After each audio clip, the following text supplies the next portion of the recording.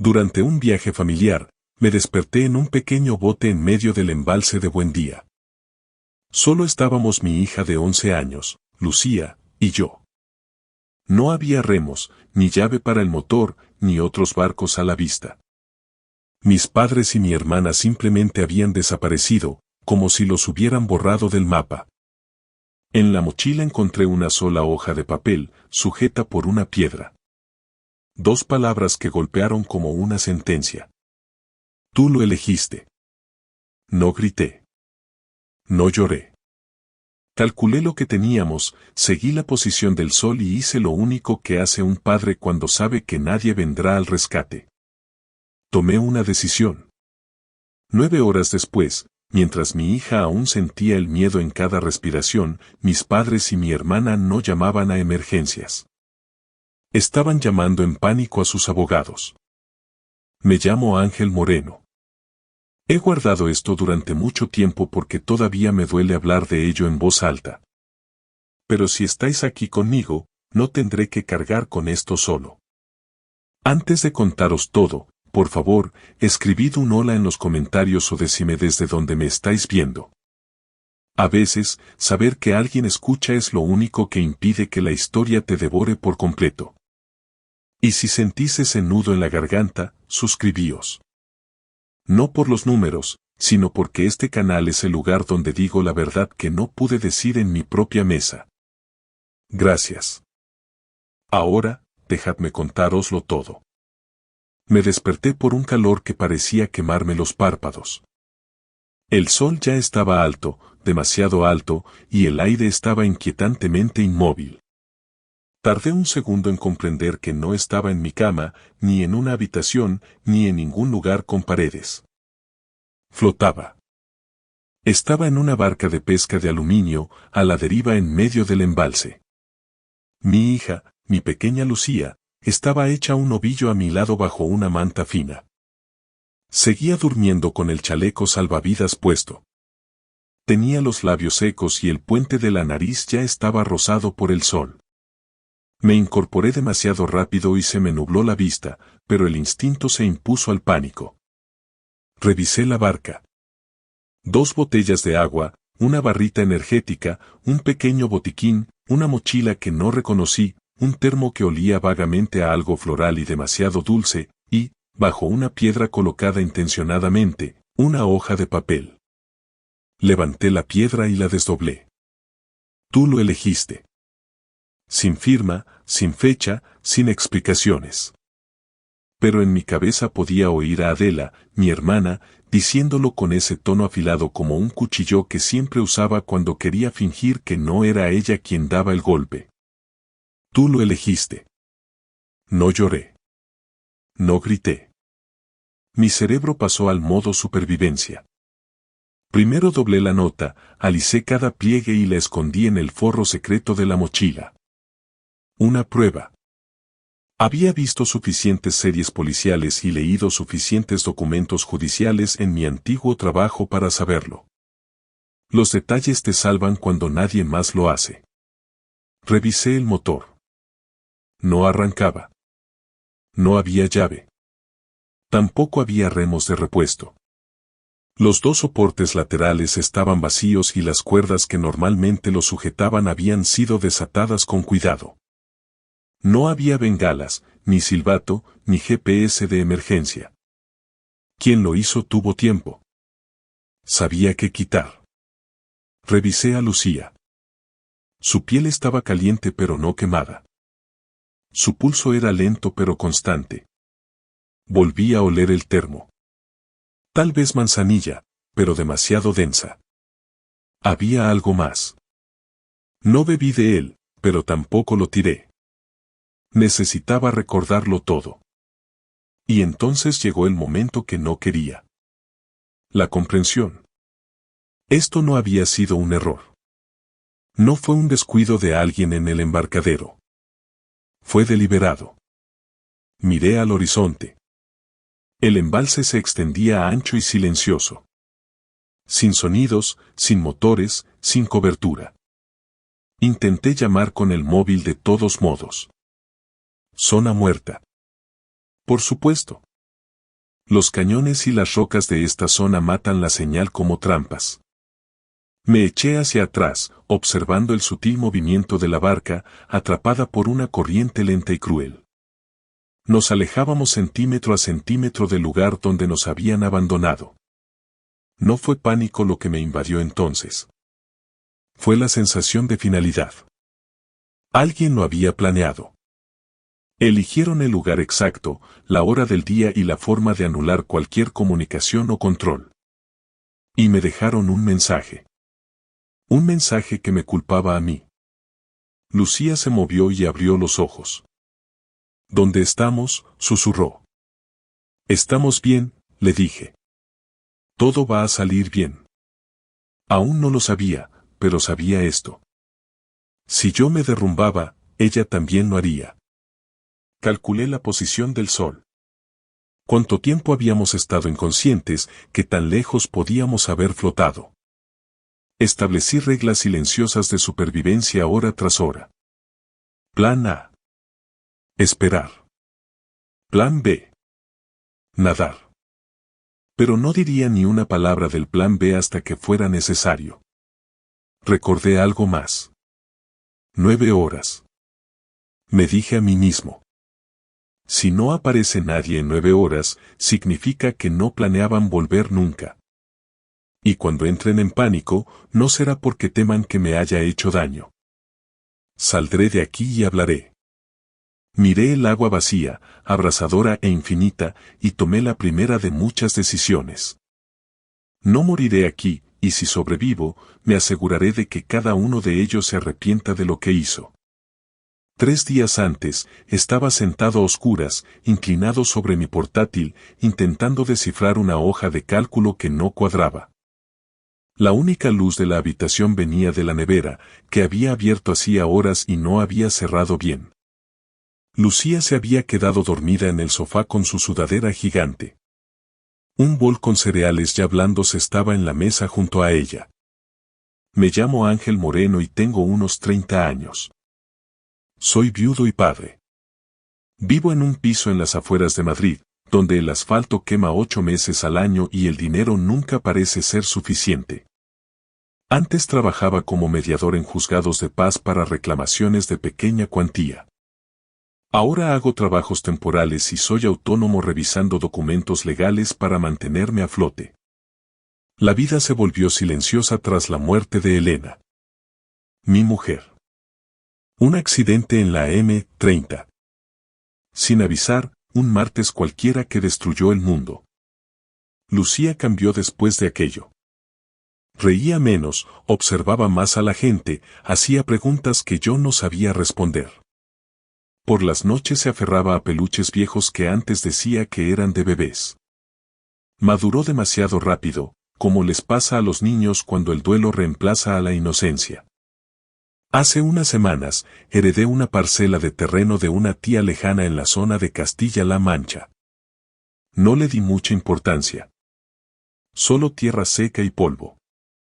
Pensé en venderla barata y seguir adelante. Entonces llamó Adela.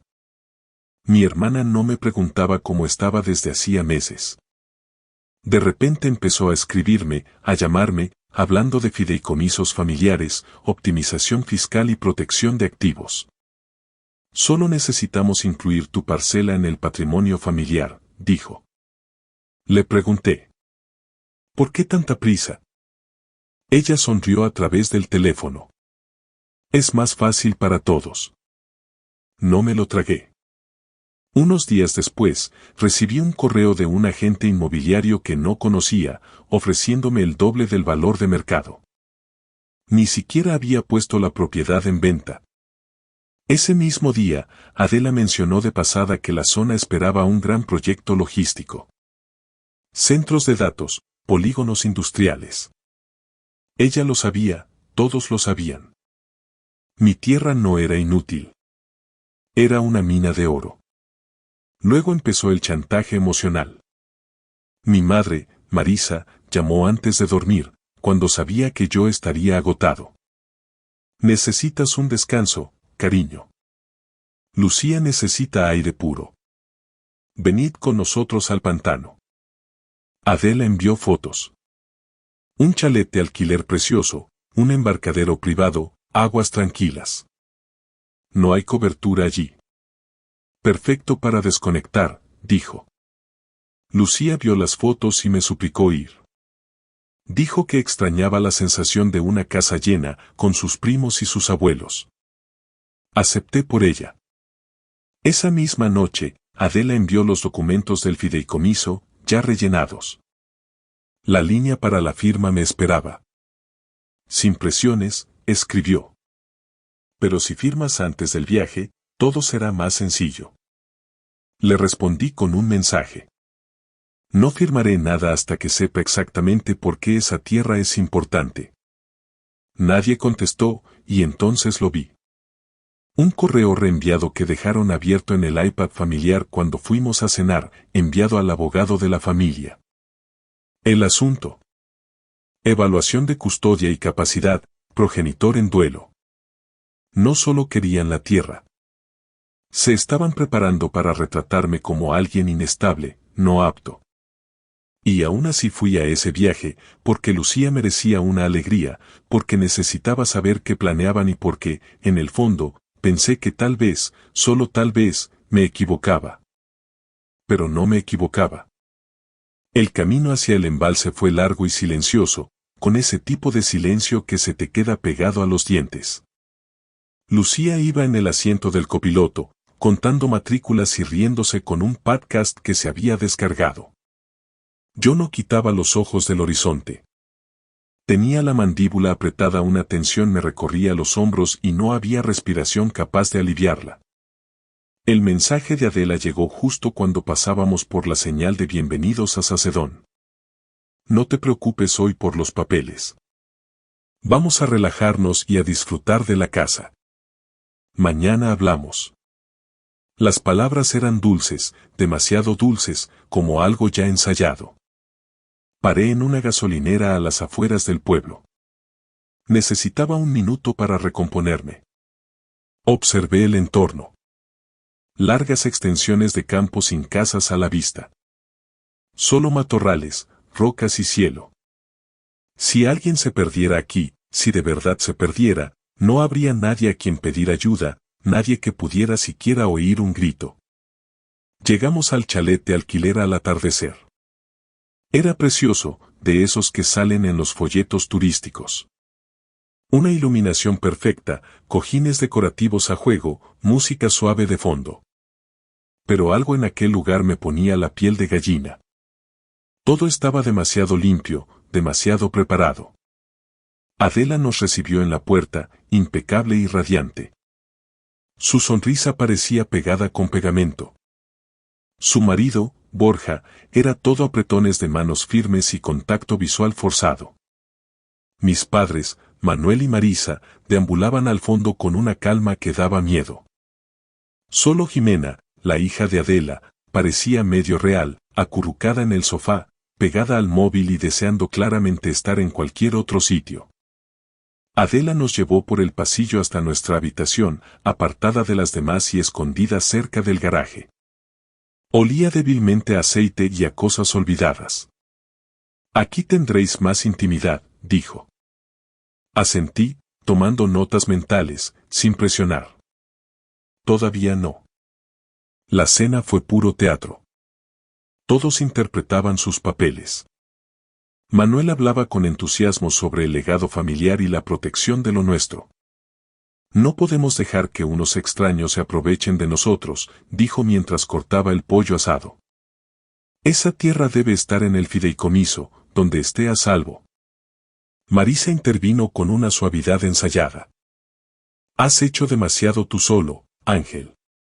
Déjanos cuidarte por una vez. Adela se inclinó hacia adelante con una especie de determinación amable. Es sencillo. Firmas y todo se calma. Si no firmas. Bueno, es tu elección aislarte de todos nosotros. Su voz seguía resonando incluso después de terminar la cena. Esa frase, la elección de aislarte, se sentía como un arma cargada puesta suavemente sobre la mesa. A la mañana siguiente, empecé a notar cosas, detalles mínimos. Marisa le frotaba los hombros a Manuel con alcohol de romero en la cocina, como si fuera una preparación ceremonial. Adela alineaba las tazas de café, lo colocaba todo como si se estuviera documentando. La taza que me entregó a mí estaba más caliente que las demás. Probé un sorbo. Tenía un sabor dulce que no encajaba con la crema normal que solía usar. No dije nada, simplemente mantuve el sabor en la boca, como una prueba. Día de barca, anunció Adela. Repartía sombreros de paja como si fueran recuerdos de una fiesta. Cogeremos 3 barcas, dijo, entregando las llaves. Ángel, vosotros llevaréis la pequeña, para tener más tiempo de conexión padre e hija. Borja hizo una mueca burlona. Sin móviles, sin distracciones. Tiempo en familia a la antigua usanza. Sonreí y asentí. Por dentro, sentía que las paredes se cerraban. En el embarcadero, la división fue demasiado limpia para ser casualidad. Adela, Borja y Jimena en una barca, mis padres en otra, mi hija y yo solos en la más pequeña. Adela me tendió el termo. Manzanilla y lavanda, dijo. Para los nervios. Pensé que te vendría bien algo relajante. Vacilé. El olor era demasiado intenso, demasiado empalagoso. Pero Lucía me miró con esperanza. No podía dejar que ella sintiera mi paranoia. Vertí un poco en la tapa y dejé que ella diera un sorbo. Solo lo justo para calmarle el estómago, me dije. Zarpamos. El embalse brillaba bajo el sol de finales de la mañana. Lucía estaba sentada a mi lado, sonriendo, con la cabeza inclinada hacia el viento. Me permití creer que solo era un día normal. Pero entonces Lucía bostezó una vez, luego otra. Se tumbó sin decir palabra. Al intentar acercarme a ella, me di cuenta de que mis propios brazos pesaban más de lo que debían. Un sabor metálico floreció bruscamente en mi garganta. Mi visión se estrechó. Escuché risas a través del agua. Luego, el zumbido lejano del motor de una lancha desvaneciéndose, alejándose. Intenté levantarme, alcanzar nuestra bolsa. Mis manos resbalaron. Mi cuerpo se dobló. Lo último que vi antes de que la oscuridad me devorara fue la silueta de Lucía, pequeña e inmóvil a mi lado, y agua por todas partes. Cuando recuperé el sentido, la luz era brutal, mi boca estaba seca y sentía la cabeza llena de algodón y electricidad estática. Pero mi primer instinto no fue el pánico, fue el cálculo. Lucía estaba a mi lado, hecha un ovillo, aún respiraba. Tenía la cara enrojecida y los labios secos. La cubrí con mi brazo mientras me incorporaba y lo revisaba todo. Agua, sol. Ni una sola barca a la vista, ni casas, ni tierra lo suficientemente cerca como para llegar con un grito. Revisé los suministros. 2 botellas de agua a medio llenar, una barrita energética, el botiquín reducido a lo básico. Y el termo, que ahora comprendía que era la razón por la que perdí el control. Luego la nota, todavía en mi bolsillo. Tú lo elegiste. La doblé con cuidado. Una prueba. No dejaría que me robaran la verdad. Hice un inventario como un soldado preparándose para un asedio. Dividí las provisiones. Una botella para Lucía, una para más tarde. Usé mi chaqueta para darle sombra. Le ajusté la manta alrededor de las piernas. Luego miré el motor. No había llave. El cable que debía conectarlo a la batería estaba desenroscado. No arrancado, sino desenroscado. Pasé los dedos por los nudos donde deberían haber estado atados los remos. Las cuerdas seguían allí, desatadas meticulosamente. No fue un accidente. No había bengalas de emergencia, ni silbato, ni linterna. Incluso la navaja suiza del botiquín no tenía hoja. Alguien había vaciado esa barca. Lucía se movió. Papá. Puse toda la calma posible en mi voz. Estamos bien. ¿Necesitas agua? Solo bebe un poco. No preguntó dónde estaban los demás, pero lo vi en sus ojos. Ella lo sabía. Le di instrucciones sencillas. Hora tras hora. Bebe cuando yo te diga. Quédate en la sombra. No te muevas hasta que yo te lo pida. Luego estudié el agua. Seguíamos a la deriva, siempre alejándonos de tierra firme. Si hubieran planeado asustarme para que firmara los papeles, estarían cerca, esperando a que yo me quebrara. Pero no había nada. Ni sombras, ni ruido, solo el sol subiendo cada vez más. Empecé a escribir en el reverso de un recibo que tenía en la cartera. Mi nombre, fecha, edad, Lucía. ¿Qué teníamos, dónde estábamos, qué faltaba, y que me iba en busca de ayuda? Lo aseguré bajo una botella dentro de la barca. Algo para que alguien lo encontrara si yo no lo lograba. Luego le di a Lucía sus instrucciones. Tranquila y despacio. Quédate agachada. No te levantes. No metas las manos en el agua. Saluda solo si ves una barca. Nunca grites hasta que veas a alguien cerca. Ella asintió. No lloró, solo me miró como si estuviera memorizando mi cara. La atraje hacia mí. Voy a buscar ayuda, le dije, y volveré. Lo juro. El agua estaba fría cuando me deslicé en ella. No fue un choque, sino algo hostil. Me robó el aliento y me oprimió el pecho. Empecé a nadar, no con fuerza, sino con ritmo. El sol se movía sobre mí y la barca se hacía más pequeña a mis espaldas. No miré atrás más de una vez. Una segunda mirada podría haber roto algo dentro de mí. No sé cuánto tiempo pasó, pero finalmente las rocas se abrieron y vi barro, luego una carretera. Avancé a trompicones por la arena, con el cuerpo gritando de dolor. Entonces, por alguna gracia de Dios, una furgoneta destartalada apareció tras una curva. Un hombre se bajó. ¿Está usted bien? Mi hija, logré decir con voz ronca. En una barca. En el embalse. Ayuda. Me ayudó a subir sin hacer preguntas. Se llamaba Paco.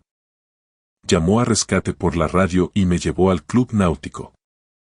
Durante todo el camino, mis pensamientos no estaban en el dolor, ni en la quemadura del sol, ni en lo que vendría después. Estaban en una sola cosa. Ahora que he sobrevivido, ¿qué demonios van a hacer ellos para ocultar esto? Paco me ayudó a bajar de la furgoneta.